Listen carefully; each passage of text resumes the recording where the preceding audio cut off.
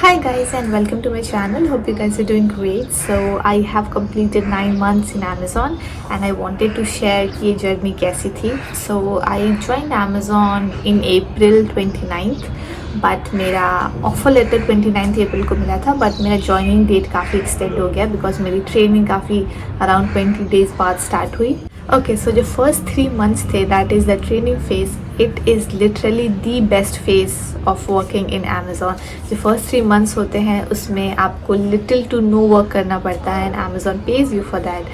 Secondly, you are new to the job, so you're happy that you have got a job. You're meeting new people, आप नए नए friends बना रहे हो. You are building a circle. You are getting confident, and slowly you started to enjoy कि बस this is the best thing happened.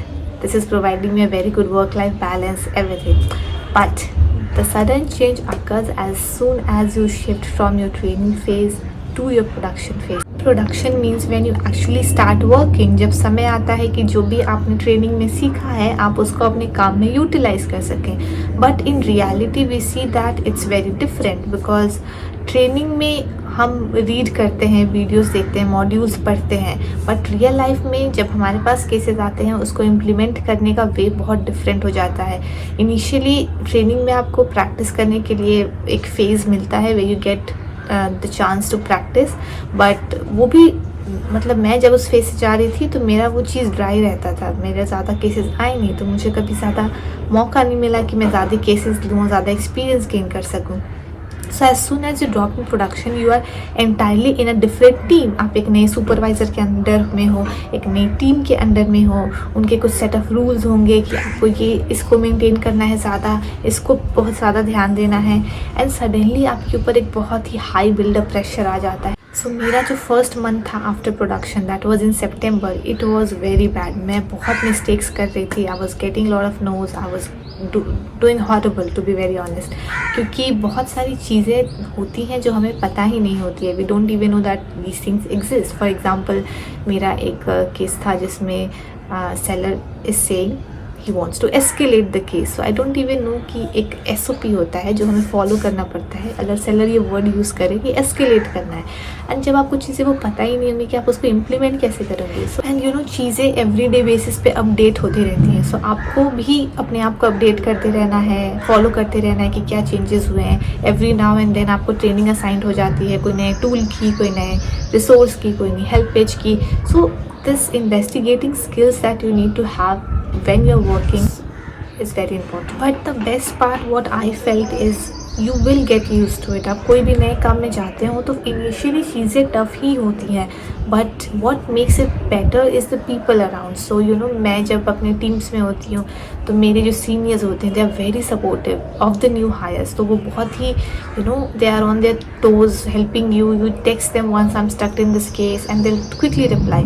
So that environment has to be very nice and which I feel Amazon provides that very good environment. और ये सिर्फ एक team से नहीं होता है. This happens in every team. But one thing they don't tolerate is that you are not improving. So आप एक वीक गलती कर रहे हो ठीक है, 2 वीक ठीक है, 3 वीक ठीक है, बट ये प्रोसेस अगर कंटिन्यू रहे for the 4th week then you will get in trouble. फिर ये आपके नाम को एस्केलेट कर देते हैं.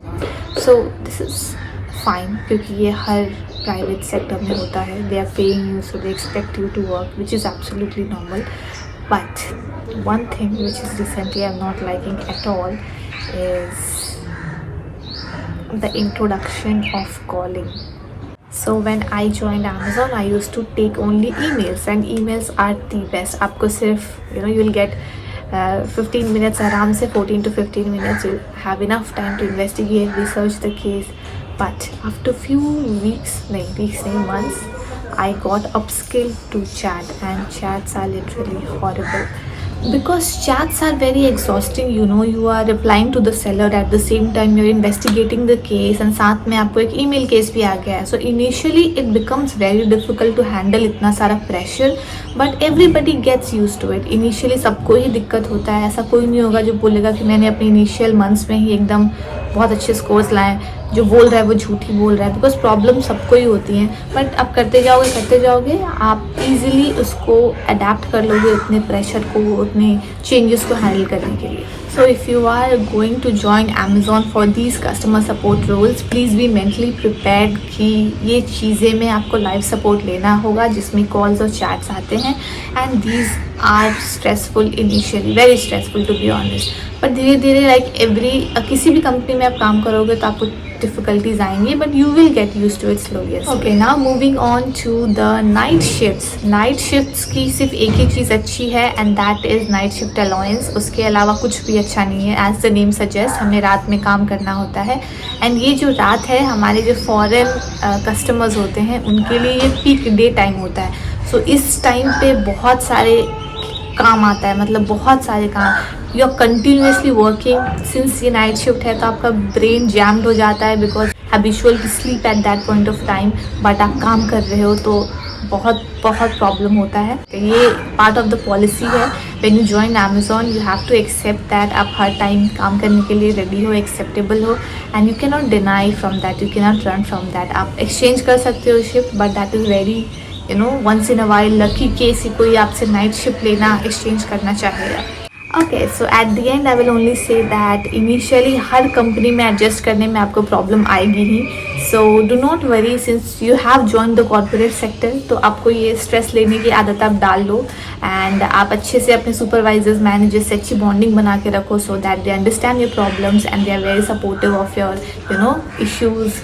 आपको हेल्प करे फिगर आउट करने में कैसे करना है, and then it will be easy for you to go through this path. Okay, so that's it for today. Thank you so much for watching. Ask your doubts in the comment section. Have a great day. All the best. Keep replying.